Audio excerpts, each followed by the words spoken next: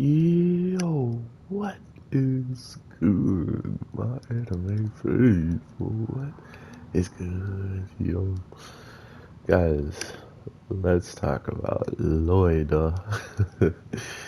I honestly pretty much called it when it came down to this guy being a trash can, the dude who Lloyd knows from his village.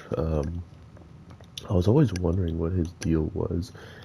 Not only did he never like really seem happy, he was always kind of showing up in situations where uh, he would know more and more about, Lloyd and just little details that randomly would, put him in a position where he can understand a lot more of what is actually happening in the present stuff, especially with the little informations that the show just likes to sprinkle into these funny episodes.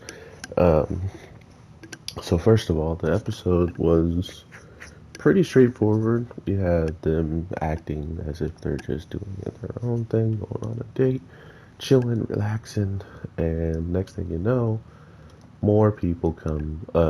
The secretary, or not secretary, sorry, the other maid or worker there kind of sneaks up trying to catch Lloyd off guard, but for some odd reason, Lloyd being the weirdo that he is, he experiences the whole entire fight between this maid and the girl who truly, truly likes him because the maid straight up goes for the deep play. Okay, she goes for broke, as you can say, and after trying to go for broke, the girl who actually likes him a lot shows up and pretty much just goes all out battle with her. And the one you get now, take this.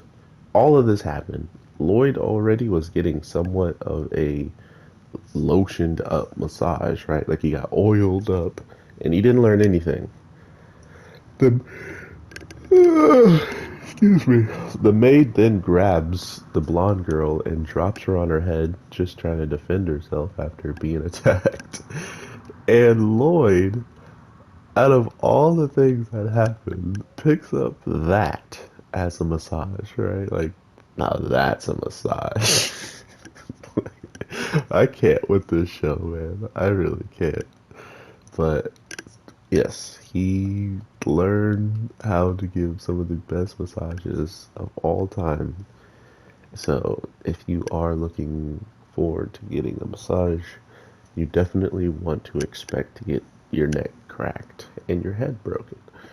Um, but learning that the secretary was the tree person and he was just trying to get more nutrients so he can actually spread his tree babies across the world. But what he didn't understand is if your trees couldn't even beat the weakest person in from the last village people would have sneezed on him and killed him, right?